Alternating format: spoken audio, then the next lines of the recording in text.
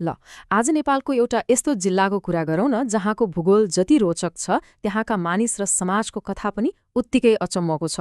हो, हामी कुरा गर्दैछौँ पर्वत जिल्लाको। आउनुहोस् यसको गहिराईमा डुबुल्की मारौँ। सोच्नु भएको छ नेपालमा कुनै यस्तो जिल्ला होला जहाँ पुरुषको भन्दा महिलाको जनसङ्ख्या धेरै छ? सुन्दा अलि अनौठो लाग्न सक्छ होइन? हो, त्यस्तै एउटा जिल्ला हो पर्वत। अब प्रश्न उठ्छ, किन होला त यस्तो? यसको पछाडिको कथा के हो? ल, यहीँबाट सुरु गरौँ आजको चर्चा। कुनै पनि ठाउँलाई बुझ्नको लागि सबैभन्दा पहिले त्यहाँको भूगोललाई चिन्नुपर्छ। र पर्वतको कुरा गर्दा त यहाँको भूगोल आफैमा एउटा कथा हो। एकदमै नाटकीय, कतै अग्ला पहाड, कतै गहिरा खोज। यही भूगोलले नै त हो त्यहाँको जीवनलाई आकार दिएको। अब पर्वत कहाँ पर्छ त? नक्सामा हेर्ने हो भने यो त ठिक गण्डकी प्रदेशको बीचमा पो रहेछ। यसको वरिपरि पनि कस्ता कस्ता जिल्लाहरू छन्। पूर्वमा कास्की र स्याङ्जा, पश्चिमतिर गुल्मी, बागलुङ, म्याग्दी, मतलब एकातिर पर्यटकीय हब, अर्कोतिर पहाडी जिल्लाहरू। यो लोकेसनले गर्दा पनि पर्वतको महत्त्व छुट्टै छ। पर्वतको भूगोलको सबैभन्दा गजबको कुरा के हो थाहा छ?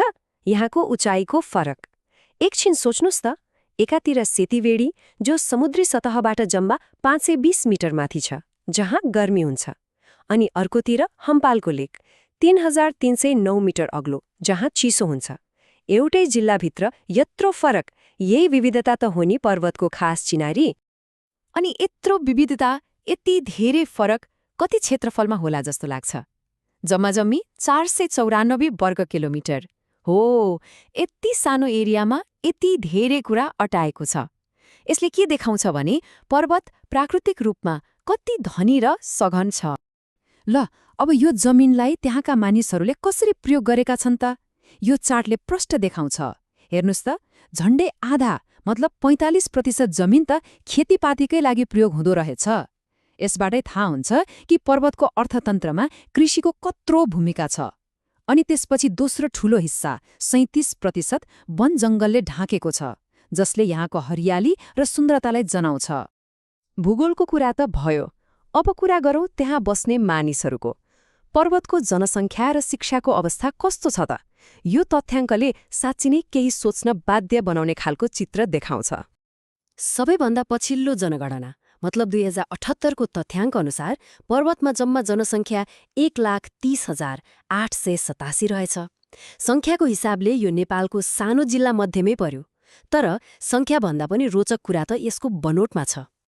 लो, सुरुमा सोधेको प्रश्नको जवाफ यही आयो।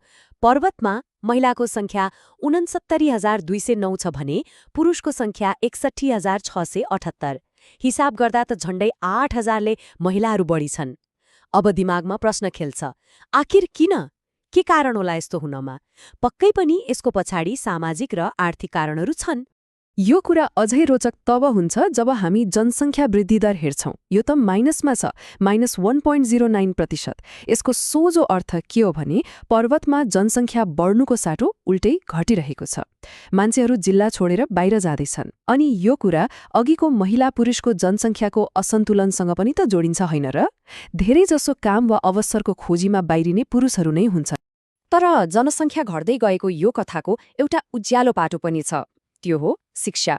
पर्वतको साक्षरता दर हेर्नुस् त 80% भन्दा पनि बढी। यो त देशको औसतभन्दा निकै माथि हो। अब हेर्नुस् त कस्तो अचम्मको कुरा भयो, एकातिर मान्छे घट्दैछन्, अर्कोतिर शिक्षाको स्तर यति राम्रो छ।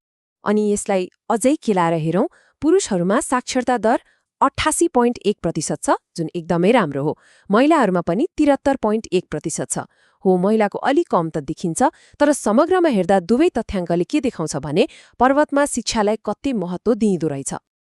ल, अब अन्तिममा कुरा गरौँ, यस्तो भूगोल र यस्तो समाज भएको जिल्लाको प्रशासनिक संरचना कस्तो छ त? मतलब शासन प्रशासन कसरी चल्छ? व्यापार व्यवसायका केन्द्रहरू कहाँ कहाँ छन्? आउनुहोस् एकैछिन यता पनि हेरौँ। पर्वतको हाट भनौँ न, त्यो हो कुश्मा बजार। जिल्लाको सदरमुकाम यही हो। सरकारी कामकाजदेखि लिएर ठूलो व्यापार व्यवसाय सबै यही केन्द्रित छ। जिल्लाका कुना काप्चाबाट मानिसहरू आफ्ना कामकाज र किनमेलका लागि यही झुम्मिन्छन्। कुश्मा मात्रै होइन नि, अरू पनि प्रमुख बजार केन्द्रहरू छन्, जस्तै वारीबेनी, पातिचौर, डिमुवा, कार्किनेटा। यी बजारहरूले पनि स्थानीय स्तरमा अर्थतन्त्रलाई धानेका छन्। गाउँघरका मानिसहरूका लागि दैनिक चाहिने सामान किन्ने ठाउँ पनि यिनै हुन् अनि आफ्नो उत्पादन बेच्ने ठाउँ पनि। अब प्रशासनिक हिसाबले हेर्दा कुरा जिल्लालाई 2वटा नगरपालिका र 5वटा गाउँपालिकामा बाँडिएको छ। अनि यी 7वटा स्थानीय तहभित्र पनि जम्मा 62वटा वडाहरू छन्। शासनलाई सकेसम्म जनताको नजिक पुर्याउनको लागि यो संरचना बनाइएको हो। त्यसो भए समग्रमा हेर्दा पर्वत जिल्ला एउटा एकदमै रोचक मोडमा उभिएको देखिन्छ, होइन त? एकातिर 80% भन्दा बढी साक्षरता भएको शिक्षित समाज छ, अर्कोतिर जनसङ्ख्या घटिरहेको छ, मानिसहरू बसाइ सरिरहेका छन्। अब सबैभन्दा ठूलो प्रश्न यही हो, पर्वतले आफ्नो यो पढे लेखेको जनशक्तिलाई जिल्लामै राखेर उनीहरूको ज्ञान र सिपलाई विकासमा कसरी प्रयोग गर्न सक्ला? सायद यही प्रश्नको उत्तरमा नै पर्वतको भविष्य लुकेको छ।